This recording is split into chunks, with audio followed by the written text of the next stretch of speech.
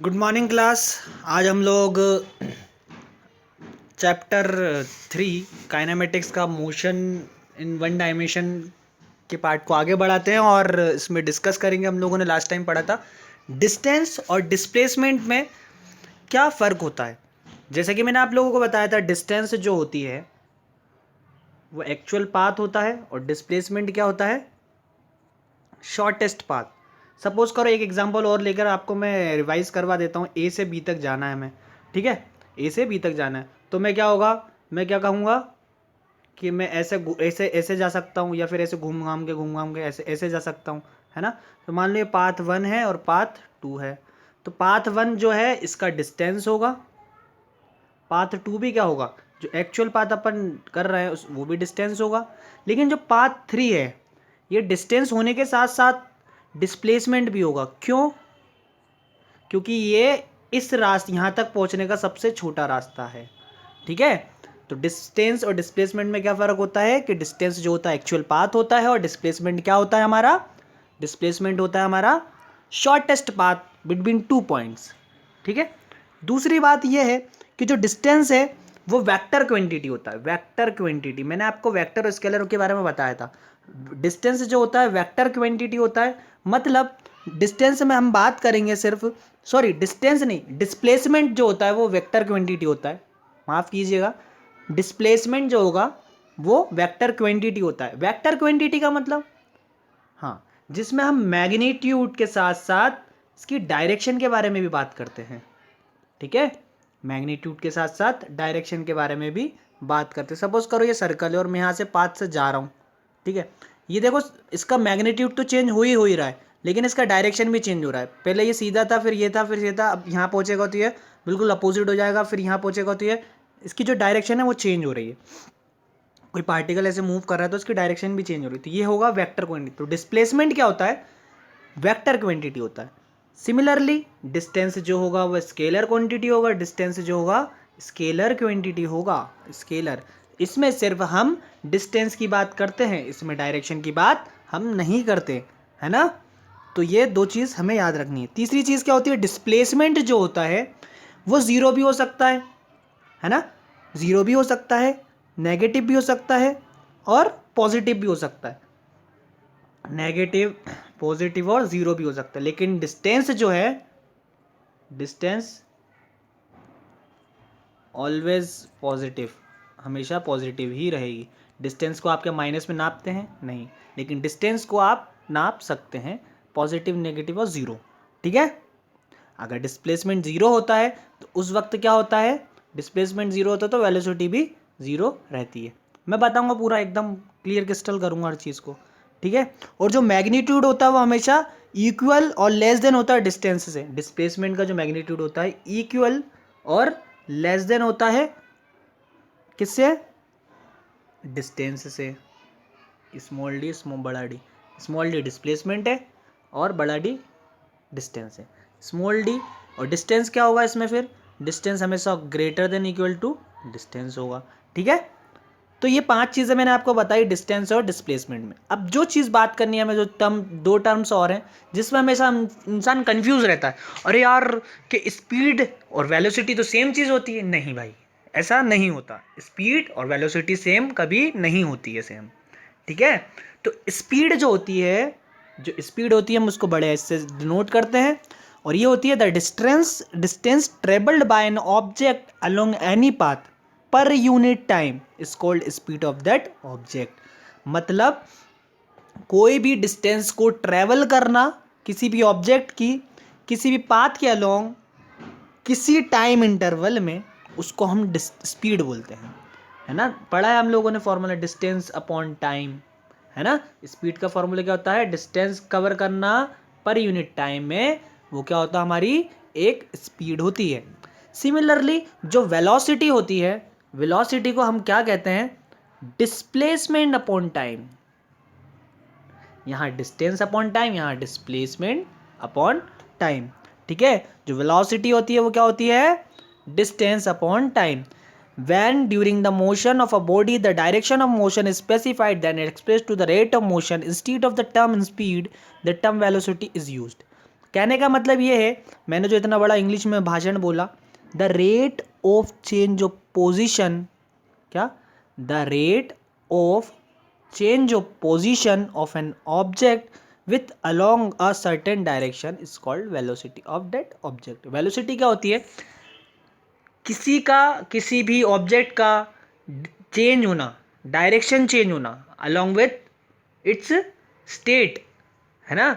मतलब मैग्नीट्यूड तो चेंज हो ही रहा है, मतलब 1 किलोमीटर से 5 किलोमीटर तो चल ही रहे हैं, लेकिन इसके साथ में आपको उसकी डायरेक्शन भी देखना है कि 1 किलोमीटर से 5 किलोमीटर तक नॉर्थ में चल रहा है, साउथ में चल रहा है, ईस्ट में चल रहा है, वेस्ट में चल रहा है, ठीक है।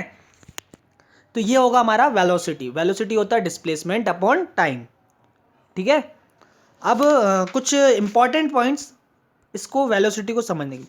तो पहला पॉइंट मैंने समझ लिया कि the distance travelled by the body in the given direction is 1 second is called velocity, ठीक है। पहला पॉइंट, वेलोसिटी का डिस्प्लेसमेंट को अपन स्मॉल एस शो करेंगे, स्मॉल एस अपॉन टाइम, और स्पीड को हम करेंगे बड़ा डी अपॉन टाइम, ठीक है। जैसे कि डिस्प्लेसमेंट जो था वो वेक्टर क्वांटिटी था, क्योंकि डिस्प्लेसमेंट में हम, क्योंकि वेलोसिटी में हम डिस्प्लेसमेंट यूज कर रहे हैं, तो ऑब्वियस सी बात है जो वेलोसिटी होगी वो क्या, वेक्टर क्वांटिटी होगी, है ना। और ये स्केलर क्वांटिटी होगी।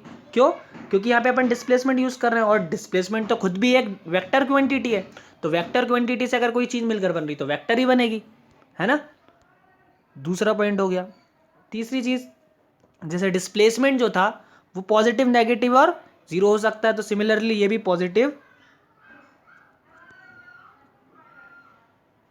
नेगेटिव और जीरो हो सकता है, ठीक है। और बात करें हम अगर डिस्टेंस की, तो ये हमेशा क्या होगा, इट इज ऑलवेज पॉजिटिव, ठीक है। डिस्टेंस जो रहेगा हमेशा, सॉरी स्पीड जो रहेगी हमेशा हमारी पॉजिटिव रहेगी।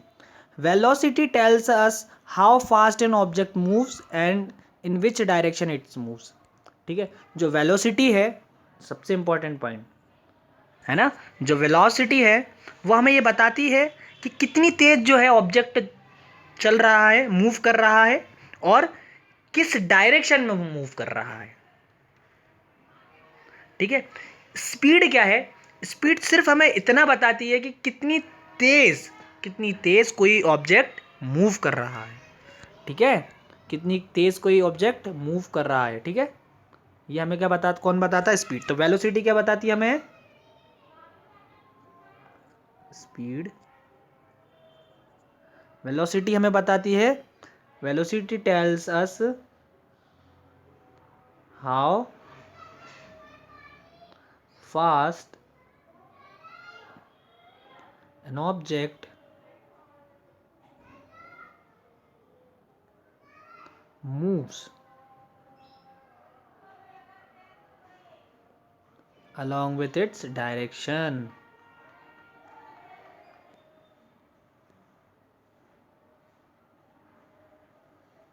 ठीक है। Similarly speed tell us how fast an object moves only, ठीक है। तो ये वेलोसिटी और स्पीड का एक मैटर हो गया, ठीक है। फिर इसके बाद हम लोग क्या है कि वेलोसिटी, जैसे कि जो डिफरेंट टाइप्स ऑफ स्पीड क्या होती है, यूनिफॉर्म स्पीड होती है, नॉन यूनिफॉर्म स्पीड होती है, और एक एवरेज स्पीड होती है। यूनिफॉर्म स्पीड वही है ना, मैं बिल्कुल जनरल वे में बता रहा हूँ। यूनिफॉर्म स्पीड क्या होगी, when an object travel equal distance in equal time interval of, मतलब कोई भी जो स्पीड है, बिल्कुल जनरल सा वो दे रहा हूँ आपको इंट्रोडक्शन, कि कोई भी स्पीड है अगर इक्वल टाइम में इक्वल डिस्टेंस कवर कर रही है, ठीक है, तो वो यूनिफॉर्म स्पीड होगी।